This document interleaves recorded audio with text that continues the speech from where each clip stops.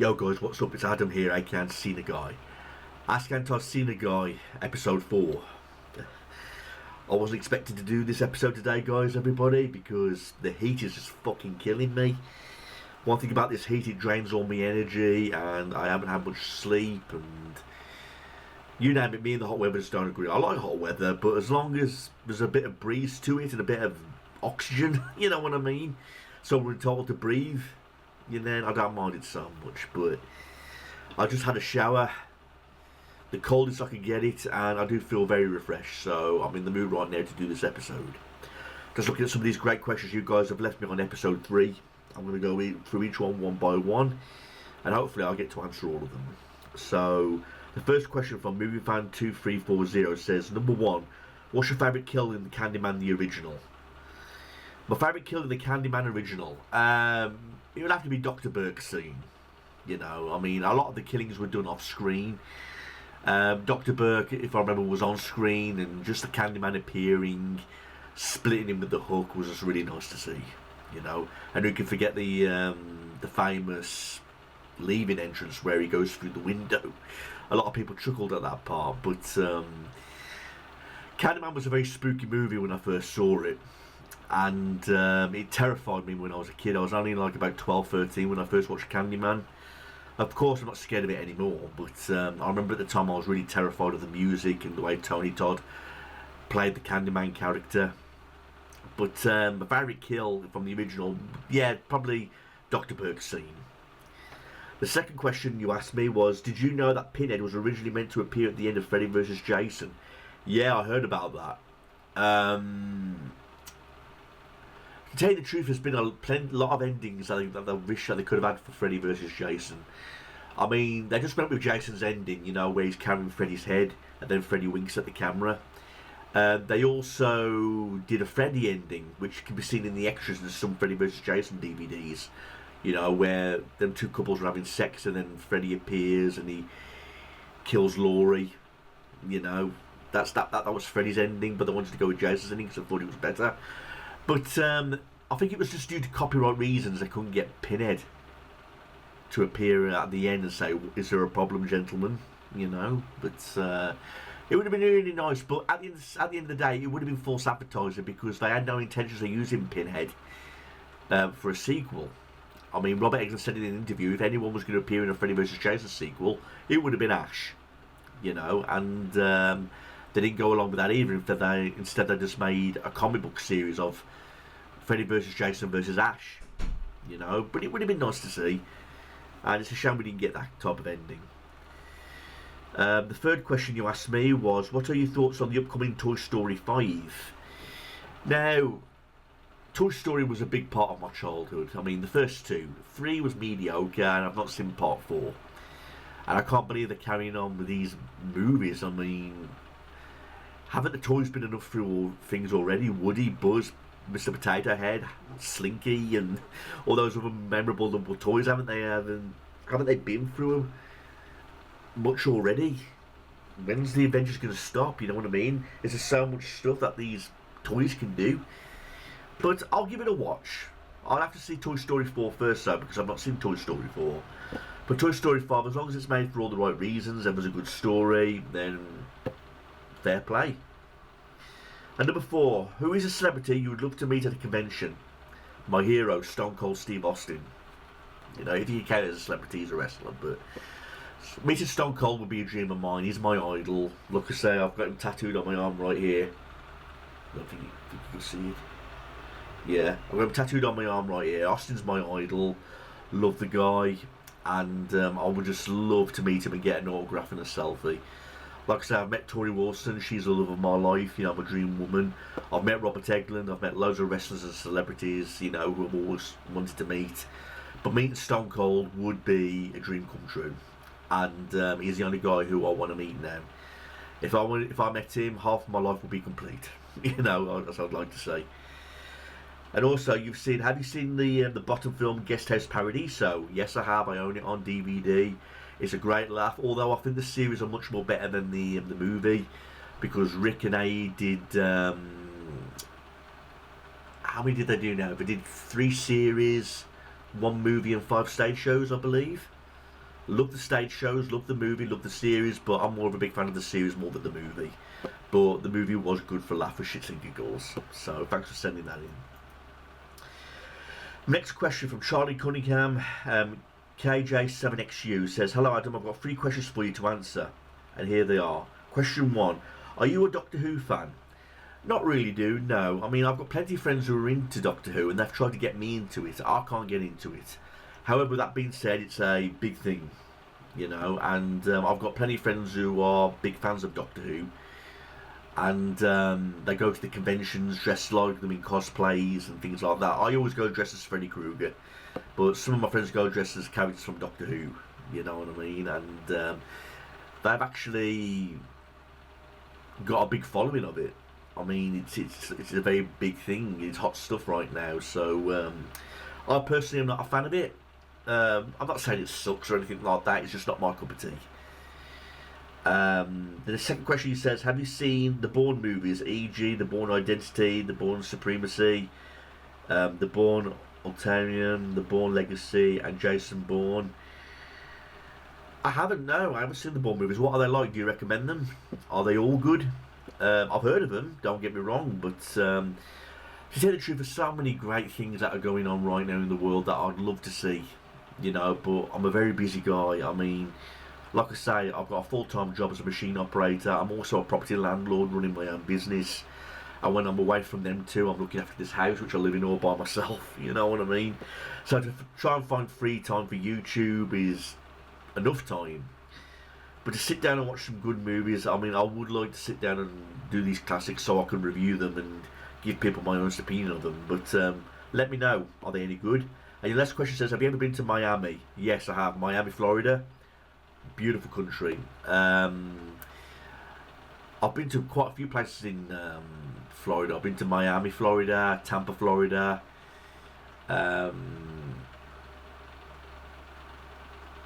Yeah, Florida's a beautiful place. It's very warm. I can't believe I'm saying that, but at least you've got some oxygen there. I love to go fishing there. And there's some quite beautiful attractions as well in Florida. They've got Universal Studios over there in Florida. And that has to be my favourite attraction, Universal Studios. So thanks for sending those in. Next from Blood Python JY4HW says, I have 4 questions. Number 1, what do you think of the Texas Chainsaw Massacre 2003 remake? A lot of fans rate it as one of the best horror remakes in the franchise along with the original. I have seen the Texas Chainsaw Massacre remake back when it first came out, but I hardly remember it. I think that gives you a basic idea of what I think about it. I mean, the original Texas Chainsaw Massacre is a classic where Gunnar Hansen played Leatherface. It's an all-time classic. Love the original Texas Chainsaw Massacre.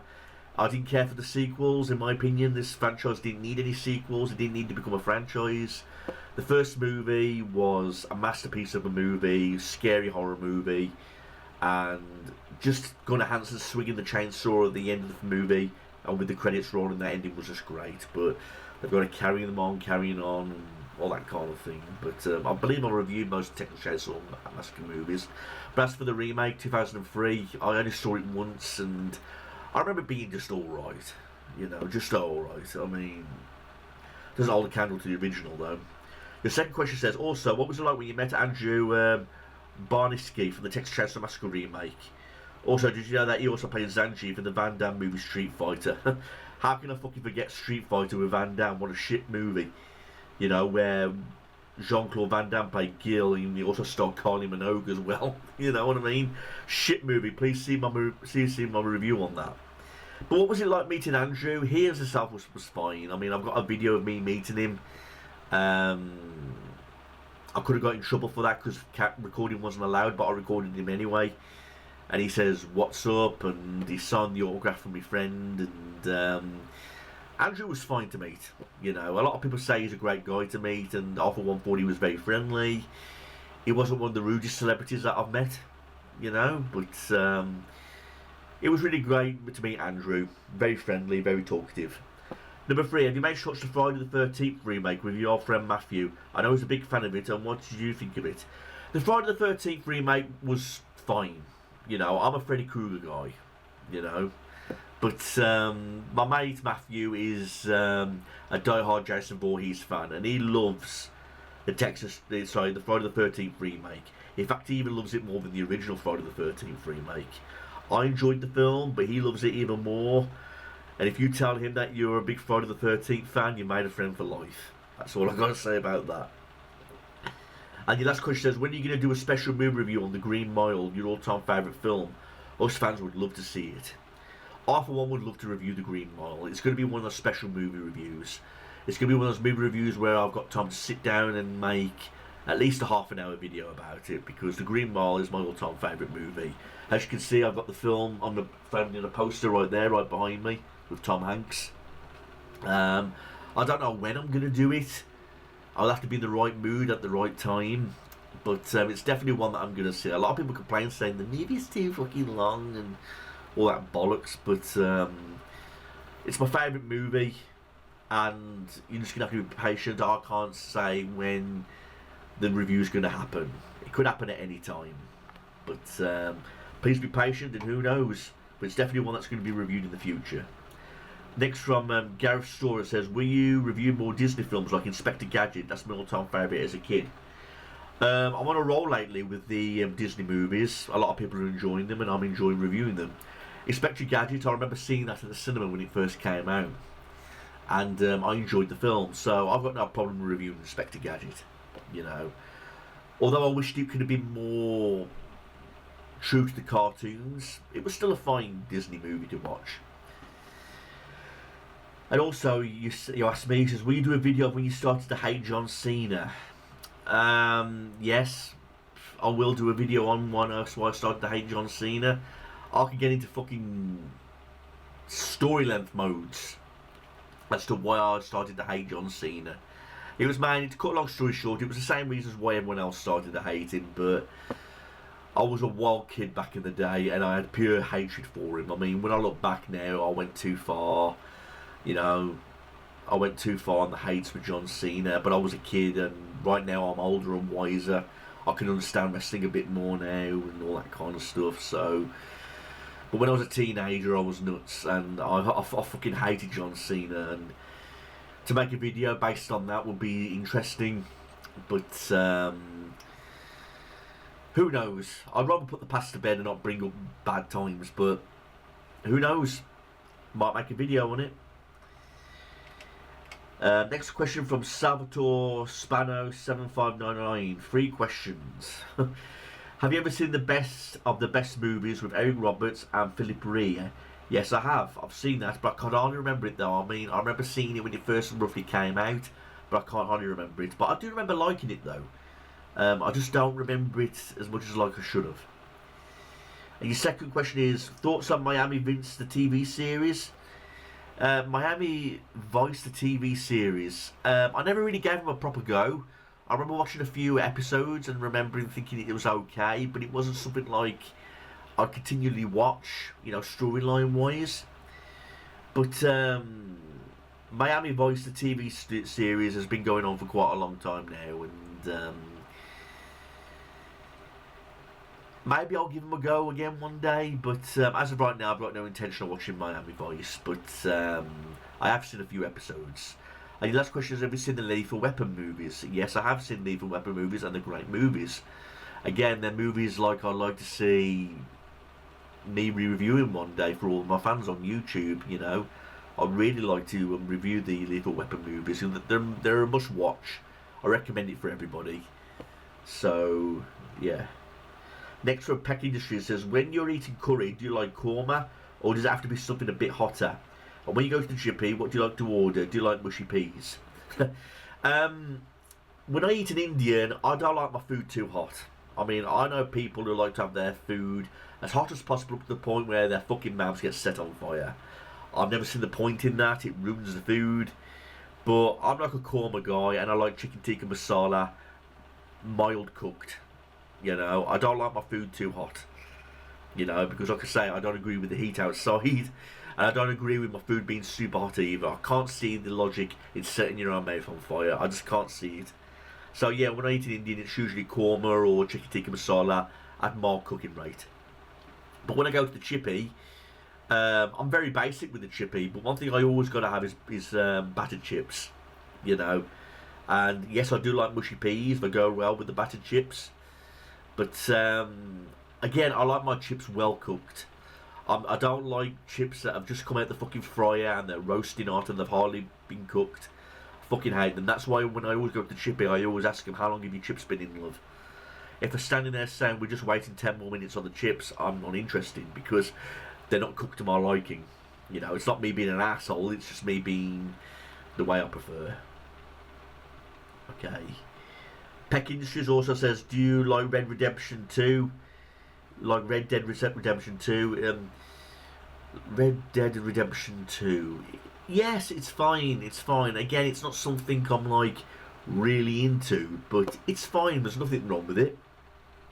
Red Dead Redemption 2 is very famous. I know it's got its fans all over the world. But again, it's not one of those things that I really gave like a major try, but I think it's fine for what it is. Next from Gav Straw says, hi Adam, it'd be cool if you could upload the Resident Evil 2 soundtrack. I think the soundtrack is a masterpiece. So would I, but fucking copyright, you know. Resident Evil's a big part of my childhood, especially Resident Evil 2 for the PS1, you know. But I've had so many copyright strikes, I've had so much shit taken down off my channel, it's unbelievable. But I agree with you, the soundtrack is kick-ass and it's a masterpiece, especially Resident Evil 2. I'd love to upload them onto my channel, but fucking can't risk these copyright shit. And the last question's from Badabum663, says, hi Adam, who is the best guest you've ever met at a convention and why? And also, who is the worst guy you met and why? The best guy I met was Mick Foley. I turned up an hour early for the signing and so did he. And that's rare for wrestlers to turn up early at signings because of their schedule. But I arrived early and Mick Foley arrived early and he says, oh, you're here early, you must be a big fan. And I went, yeah, I am. He says, I've come to meet you.